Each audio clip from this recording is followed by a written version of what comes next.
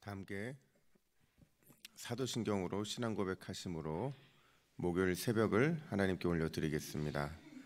전능하사 천지를 만드신 하나님 아버지를 내가 믿사오며 그 외아들 우리 주 예수 그리스도를 믿사오니 이는 성령으로 잉태하사 동정녀 마리아에게 나시고 본디오 빌라도에게 고난을 받으사 십자가에 못 박혀 죽으시고 장사한 지 사흘 만에 죽은 자 가운데서 다시 살아나시며 하늘에 오르사 전능하신 하나님 우편에 앉아 계시다가 저리로서 산자와 죽은 자를 심판하러 오시리라.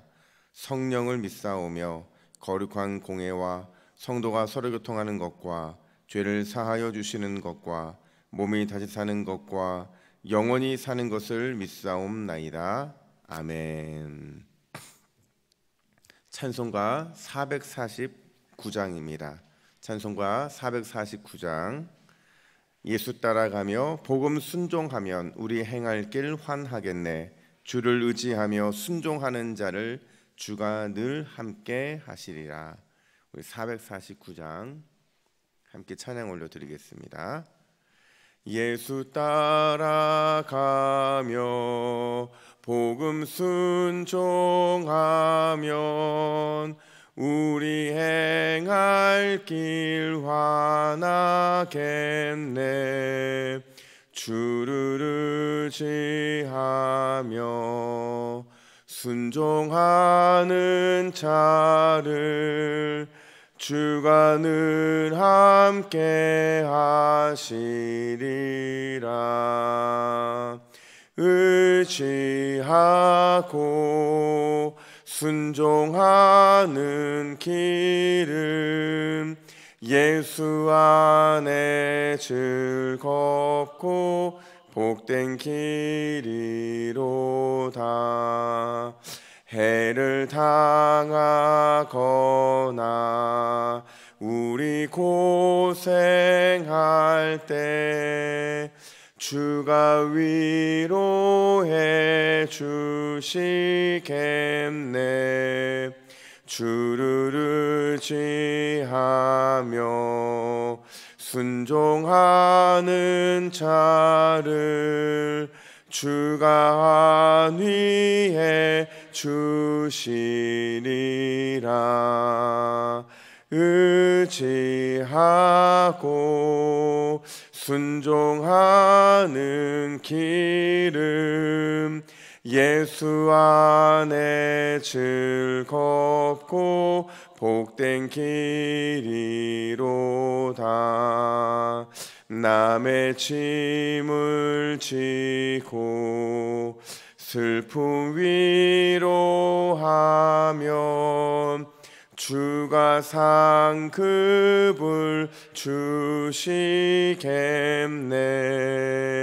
주를 의지하며 순종하는 자를 항상 복 내려 주시리라.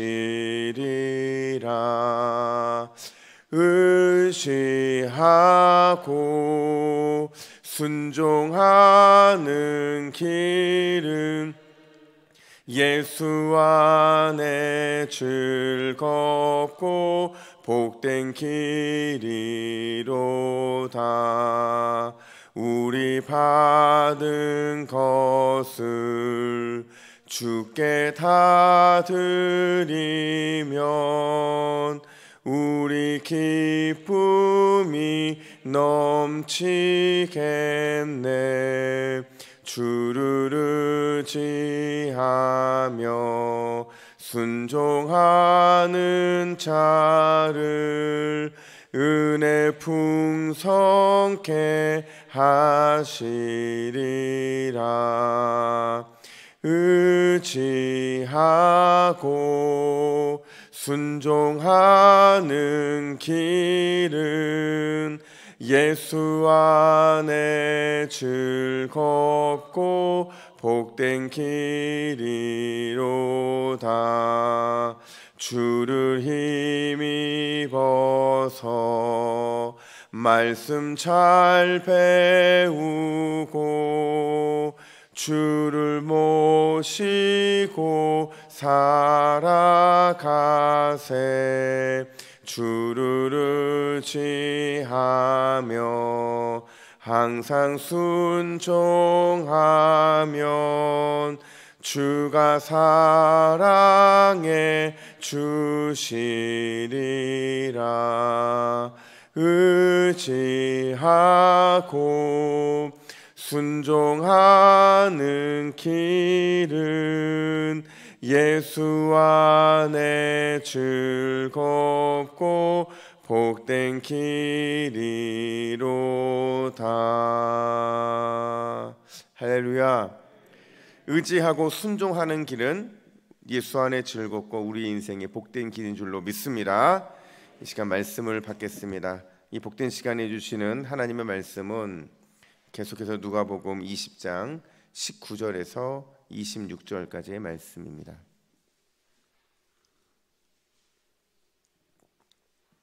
누가복음 20장 19절에서 26절, 신약성경 130면입니다. 너희는 하나님의 형상이다라는 제목으로 오늘 말씀을 받겠습니다. 19절입니다. 서기관들과 대제사장들이 예수의 이 비유는 자기들을 가리켜 말씀하심인 줄을 알고 즉시 잡고자 하되 백성을 두려워하더라. 이에 그들이 엿보다가 예수를 총독의 다스림과 권세 아래에 넘기려 하여 정탐들을 보내어 그들로 스스로 의인인 채 하며 예수의 말을 책잡게 하니, 그들이 물어 이르되 선생님이여 우리가 아노니 당신은 바로 말씀하시고 가르치시며 사람을 외모로 취하지 아니하시고 오직 진리로서 하나님의 도를 가르치시나이다. 우리가 가이사에게 세를 바치는 것이 옳으니까 옳지 않으니까 하니, 예수께서 그 관계를 아시고 이르시되 데나리온 하나를 내게 보이라. 누구의 형상과 글이 여기 있느냐? 대답하되 가이사야 것이니이다. 이르시되 그런즉 가이사야 것은 가이사에게, 하나님의 것은 하나님께 바치라 하시니, 그들이 백성 앞에서 그의 말을 능히 책잡지 못하고 그의 대답을 놀랍게 여겨 침묵하니라. 아멘. 이솝우화에 보면 이런 얘기가 있습니다. 농장을 운영하는 한 남자가 있는데요, 동물을 너무 사랑하는 거예요. 갖가지 동물들을 다 키우는데 특별히 사랑하는 게 강아지였기 때문에 강아지에 대한 사랑이 너무나도 애틋했다고 합니다. 그러다 보니까 다른 동물들이 그 강아지를 시샘을 하게 되는데 특별히 나귀가 그 시샘이 좀 강했다고 해요. 산책을 나가는 주인을 보면서 과연 저 강아지가 어떻게 주인의 사랑을 받는지를, 그의 행동을 보면서 유심히 살피게 되는데, 그 살핀 결과 나도 저렇게 하면 주인에게 사랑을 받을 수 있겠다는 생각을 하고 그대로 따라하기 시작을 합니다. 다음날 주인을 만나자 나귀가 강아지가 하는 것처럼 열심히 꼬리를 흔듭니다. 꼬리를 막 흔드는데, 여러분 강아지나 꼬리 흔드는 게 예쁘지 나귀가 꼬리 흔드는 게 예쁘겠습니까? 주인이 아무런 관심을 보이질 않아요. 두 번째 작전을 넘어가는데 이번에는 이제 나귀가 이 강아지처럼 앞발을 들고 이렇게 주인한테 사랑을 표현하는 걸 보여주려고 앞다리를 들고 막 달려가니까 주인이 깜짝 놀라서 이렇게 도망을 치게 됩니다. 근데 도망치는 장면이 마치 주인이 자기를 좋아하는 것처럼 느껴져서 그런 착각 가운데서 이제는 가능하겠다 생각을 하고 쓰러져 있는 주인에게 달려가서 주인의 얼굴을 그 크고 무서운 혀로 막 핥기 시작을 합니다. 이러면 어떻게 됐을까요? 화가 머리끝까지 난 주인에게 아주 신나게 맞고 더 이상 미쳐 날뛰지 못하도록 우리의 가둬들임을 당하고 말았다는 겁니다. 여러분, 아무리 강아지처럼 굴어도 나귀는 강아지가 될 수가 없습니다. 그냥 원래 그래요. 아무리 의인인 척하고 신앙이 좋은 척하고 뭔가 대단한 척 하더라도, 여러분 그렇게 우리를 가장하고 감춘다 하더라도 완전히 정체를 감출 수는 없다라는 겁니다. 누구 얘기를 하는 거냐면요, 오늘 본문에 서기관들과 바리새인들 얘기를 하는 겁니다. 대제사장들 얘기를 하는 거예요. 당시의 종교 지도자들이었던 서기관들과 대제사장들은 그러니까 누가 보더라도 딱 보면 신앙인이에요. 대단한 신앙의 리더들이었습니다. 철저하게 신앙인인 척하고 다녔고 누가 보더라도 최고의 엘리트 코스를 밟은 대단한 종교인처럼 느껴졌을 겁니다. 믿고 따를 만한 신앙의 롤 모델처럼 보였을 거예요. 근데 그 중심에는 불신앙, 다시 말하자면 어제 본문에 등장했던 악한 포도원 농부들의 이 불의함이 그들 안에 가득했다라는 거예요. 이걸 어제 본문에 빗대어서 말하자면 그들은 예수님께로부터 강력한 경고를 받았잖아요. 그럼에도 불구하고 그들은 자신들의 길에 돌이키는 것이 아니라 오히려 악한 농부, 불의한 농부의 길을 선택하고 그런 인생을 살아가고 있다라는 것을 지적하고 있는 겁니다. 특별히 오늘 본문을 보면 그들이 얼마나 교활한 태도, 또 위선적인 태도로 살아가느냐 하는 것이 너무 잘 드러나고 있는데 그들이 정탐꾼을 보내요. 근데 그 정탐꾼도 그 보낸 사람처럼 스스로 의롭게 보이려고 그런 모습으로 가장하고 찾아가게 됩니다. 그리고 예수님께 입에 발린 칭찬을 하게 되는데 21절을 보세요. 우리 21절을 같이 읽겠습니다. 시작. 그들이 물어 이르되 선생님이여 우리가 아노니 당신은 바로 말씀하시고 가르치시며 사람을 외모로 취하지 아니하시고 오직 진리로서 하나님의 도를 가르치시나이다. 아멘. 이 말 맞거든요. 근데 이제 이 말이요 본심에서 나오지 않았다라는 것을 알 수 있는 게요 20절 하반절 보니까 예수의 말을 책잡게 하니 이런 말을 표현하고 있거든요. 뭐냐면 밑밥을 깔고 있는 겁니다. 밑밥을 깔고 이런 칭찬을 하는 건데 그 밑밥이 뭐냐면 책 잡으려는 진짜의 질문은 따로 있고 그 질문을 하기 위해서 지금 가식적인 칭찬, 하지만 그 칭찬이 예수님이 어떤 분인지를 자신들도 모르는 사이에 드러내고 있다라는 겁니다. 그렇다면 진짜 그들이 질문을 하는 게 뭘까요? 22절 보세요. 22절 우리가 너무 잘 아는 말씀인데 우리가 가이사에게 세를 바치는 것이 옳으니까 옳지 아니하니까 이런 질문을 하고 있는 거예요. 여러분 그 당시 로마는 이스라엘은 로마의 직할 식민지였거든요.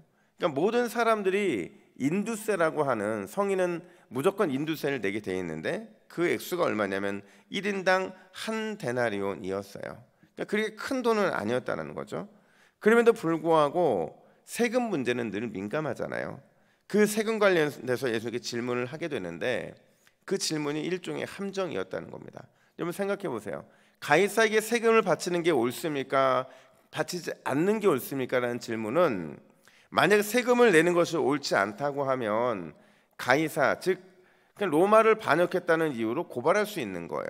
반대로 세금을 내는 게 옳다 말한다면 그 역시도 권력에 빌붙어 사는 로마라는 권력에 빌붙어 사는 민족의 반역자라는 평가를 받게 되고 결국 민심의 요동케 됨을 통해서 아마 끌려나감을 당하게 되는 이런 것들을 예상하고 이런 질문을 했다라는 겁니다. 근데 그 의도를 너무 잘 알고 계신 주님께서는 이렇게 물어보세요. 24절 상반절을 보시면 데나리온 하나를 내게 보이라. 누구의 형상과 글이 여기 있느냐.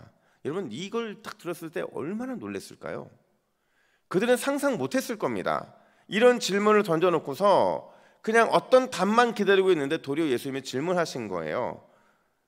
너희가 갖고 있는 데나리온 하나를 가져와라. 이 안에 누구의 형상과 글이 여기 있느냐 이렇게 묻는 거예요. 당황할 수밖에 없는 게요. 여러분 그 당시 은화 데나리온 여기에는요 황제의 이 형상이 있었고요. 그 밑에 뭐라고 써 있냐면 지존한 신의 아들이라는 이름이 써 있었어요. 그러니까 이 글자가 뭘 의미하냐면 로마의 황제는 이미 로마의 사람들에게 있어서는 신 같은 존재로 여겨지고 있었다라는 겁니다.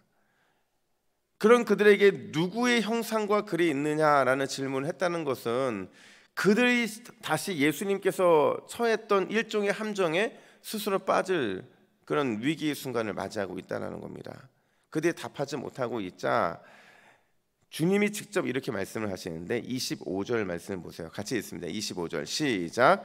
이르시되 그런즉 가이사의 것은 가이사에게 하나님의 것은 하나님께 바치라 하시니. 아멘. 여러분 예수님이 지금 뭘 말씀하시냐면요 이걸 의역해 보면 이런 겁니다. 가이사야 형상이 그려진 동전은 가이사에게 바치고 하나님의 형상으로 만들어진 너희는 너희 자신을 하나님께 바쳐야 한다 이 말을 하고 있는 거예요. 여러분 이게 무슨 말이냐 한마디로 말하면 형상을 만든 소유주에게 그 소유권을 돌려야 된다, 이 말을 하고 있는 거예요. 얼핏 보면 이 두 가지가 모두 강조되고 있는 것 같은데, 예수의 말씀의 핵심은 뭐냐면, 근본적인 그 핵심은 뭐냐면, 세상 모든 사람들, 심지어 황제까지도 하나님의 형상으로 지음을 받았기 때문에 그 형상의 주인이신 하나님의 다스림에 순종하며 살아야 된다, 이 말을 하고 있는 겁니다. 여러분, 이 말은 다시 바꿔 말하면, 지금 이 질문을 던지고 있는 정탐꾼들, 그리고 그들의 너머에 있는 정탐꾼을 보내고 있는 대제사장들과 사두개인들, 그들 향한 강력한 경고의 울림이 또다시 진행되고 있다는 거예요. 너희들이 종교적인 의무에만 사로잡혀서 그렇게 하나님을 삶의 주인으로 인정하지도 않고 또 하나님의 다스림에 적극적으로 순종하지도 않고 있는 그 너희들의 모습을 돌이켜 보라는 겁니다. 너희들도 하나님의 형상으로 만들어졌는데 그 하나님의 형상이 너희 안에는 왜 나타나지 않고 있느냐, 이런 강한 울림을 주고 있는 얘기라는 겁니다. 여러분, 이 말은요, 단순히 그 당시의 종교 이 지도자들에게만 해당하는 말이 아니라 여전히 끊임없이 그렇게 살아갈 어떤 이런 가능성이 있는 우리들에게도 동일한 말씀을 주고 있는 거예요. 어제는 강력한 책망의 말씀이었다고 한다면 오늘은 그 책망의 말씀이 아예 실제적으로 그려지고 있는 겁니다. 너희들이 하나님의 형상으로 만들어졌기 때문에 너희는 하나님의 형상이라는 사실을 드러내고 그 모습이 많은 사람들에게 보여져야 된다. 그 모습을, 그 이야기를 주님이 하고 있다라는 겁니다. 이 주님의 책망은 그들뿐만 아니라 우리들에게도 두 가지 자세를 요구하는데, 첫 번째는 우리가 속한 나라가 어디인지를 늘 기억해야 된다, 이 말을 하고 있는 거예요. 그러니까 내가 어느 나라에 속해 있는지를 끊임없이 점검해야 된다라는 겁니다. 여러분, 우리는 하나님 나라에 소망을 둔 성도들인 줄로 믿습니다. 우리는 하나님의 백성들이에요. 그러니까 이 말은 바꿔 말하면 우리는 이 땅에서는 나그네들이라는 겁니다. 나그네들인데 마치 여기서 우리가 주인인 척 살아갈 필요가 뭐가 있습니까? 그냥 이 세상 살아가는 것은 잠깐 빌려 쓰고 살아가는 거예요. 우리가 가야 될 곳은 주님의 나라, 그 하나님의 나라이기 때문에 그렇다는 거죠. 그러니까 우리가 이 사실을, 이 정체성을 잃어버리면 안 된다는 거예요. 그럼 어떻게 우리가 하나님 나라의 백성으로서의 정체성을 잃어버리지 않을 수 있을까? 그럴 수 있는 이유는요, 여러분, 의외로 쉽습니다. 사무엘의 고백처럼 은혜의 말씀을 붙잡고 살아가는 거예요. 여러분, 사무엘이 사무엘상 3장 10절에서 뭐라고 말합니까? 주여 말씀하옵소서, 주의 종이 듣겠나이다, 이렇게 말하잖아요. 그러니까 끊임없이 내 안에 말씀으로 내 신분이 확인되지 않으면, 하나님의 말씀을 통해서 내가 하나님의 백성이라는 사실을 깨닫지 않으면 우리는 더 이상 나그네가 아니라 주인처럼 이 세상을 살아갈 확률이 많다는 거예요. 여러분, 오늘 이 새벽에 주여 말씀하옵소서, 저는 종입니다, 제가 듣겠습니다, 이 고백을 할 수 있는 저와 여러분들 되기를 예수님의 이름으로 축복합니다. 뿐만 아니라 오늘 본문에서 우리가 어떤 이 주님의 부르심에 응답해야 되냐면, 우리는 하나님 나라의 사명자라는 사실을 잊으면 안 된다라는 거예요. 이번 사명자라는 게 뭐예요? 뭐 대단한 어떤 꿈과 대단한 미션을 받은 사람이 사명자가 아니고요, 그냥 이 세상에 살아갈 이유가 있는 사람이 사명자인 겁니다. 목숨이 붙어 있는 사람들은 다 사명자라는 거예요. 그 사명이 끝이 난 사람은 주님 불러가시기 때문에 그렇다는 거죠. 그런 의미에서 오늘 이 새벽에 기도로 나온 우리 모두는 주님의 사명을 붙잡는 사명자인 줄로 믿습니다. 이 사명자는 사실을 잊으면 안 돼요. 특별히 제네바 아카데미를 설립한 칼빈이요, 아주 멋지게 학교를 세워놓고, 그리고 초등학교부터 대학교까지 그 안에서 모든 것들을 가르칠 준비를, 만반의 준비를 다 하고 나서 각 유럽에 이런 편지를 보냅니다. 뭐라고 보내냐면, 여러분, 통나무들을 보내주십시오. 반드시 불붙는 장작으로 만들어 돌려 보내드리겠습니다. 이게 무슨 말이에요? 여러분, 칼빈의 사명은 뭐였냐면, 본인의 사명은 통나무와 같이 이렇게 장작과 같은 사람들을 훈련시키고 교육시켜서 불붙는 장작으로 만들어서 또 다른 사명자를 만들어내는 것, 그것이 자신의 사명이라고 확신했던 겁니다. 여러분, 우리의 사명이 뭐냐면, 우리를 만나는 사람들마다 그 통나무들마다 불붙는 장작이 되게 만드는 거예요. 우리가 기도함으로 인해서 나 한 사람의 기도가 옆 사람에게 기도로 전달되고, 나 한 사람의 삶의 어떤 태도와 삶의 모습이 다른 사람에게도 그런 삶을 살아가게 만들고, 그게 바로 사명자의 모습이라는 겁니다. 여러분, 이런 사명자의 삶은 반드시 불같이 타오를 수밖에 없는 줄로 믿습니다. 오늘 이 새벽 우리가 주님의 은혜 가운데 타오를 때, 이 타오르는 모습은 반드시 다른 누군가에게 또 그대로 영향을 미치게 되는 줄로 믿습니다. 여러분, 잘 아시는 이야기 중에 나다니엘 호손이 쓴 큰바위 얼굴이라는 그 책이 있잖아요. 그 책을 보다 보면 마을의 전설 하나가 있어요. 그 전설이 뭐냐면, 언젠가는 우리가 바라보고 있는 저 큰 바위 얼굴과 같은 그런 사람이 우리 마을에서 태어나게 될 것이다. 근데 이 주인공 역시도 그런 전설을 믿고 평생을 살아가게 돼요. 그러면서 어제나 오늘이나 큰 바위 얼굴을 보고 마을 사람들을 살피면서, 과연 우리 마을 사람 중에는 언제나 이런 큰 바위 얼굴 같은 사람이 나타나게 될까, 이런 마음을 가지고 늘 반복해서 그 큰 바위 얼굴을 보게 되는데, 심지어 어떤 외부의 손님이 왔을 때 그 사람이 혹시나 큰 바위 얼굴은 아닐까 살피고 또 살핍니다. 그렇게 시간이 지나서 10년, 20년, 30년, 40년 아주 백발의 노인이 되었는데, 이제 손녀를 딱 안고 있는데 손녀가 뭐라고 했냐면, 할아버지 얼굴이 저 큰 바위 얼굴의 얼굴과 똑같아요, 이런 말을 하는 겁니다. 여러분, 우리가 오늘 하루 우리가 속한 나라가 어디인지 확인하는 것, 어쩌면 표시가 나지 않을 수가 있습니다. 우리가 하나님 나라의 사명자로 살아가는 것, 불붙은 장작과 같은 삶으로 살아가는 게 오늘 하루에 봤을 때는 그렇게 티가 나지 않을 수 있어요. 근데 우리가 반복해서 확인하고 그런 삶을 살아가게 될 때 우리는 언젠가는 그 모습을 닮아가게 되는 줄로 믿습니다. 누구요? 예수님의 모습이 우리의 모습을 통해 나타나게 된다는 겁니다. 결국 그 당시 이 이스라엘의 지도자들이라고 평가받는 그들은 예수님의 형상을 드러내는, 하나님의 형상을 드러내는 그 모습으로 쓰임바 되어야 했어요. 근데 그렇게 살지 못했다는 겁니다.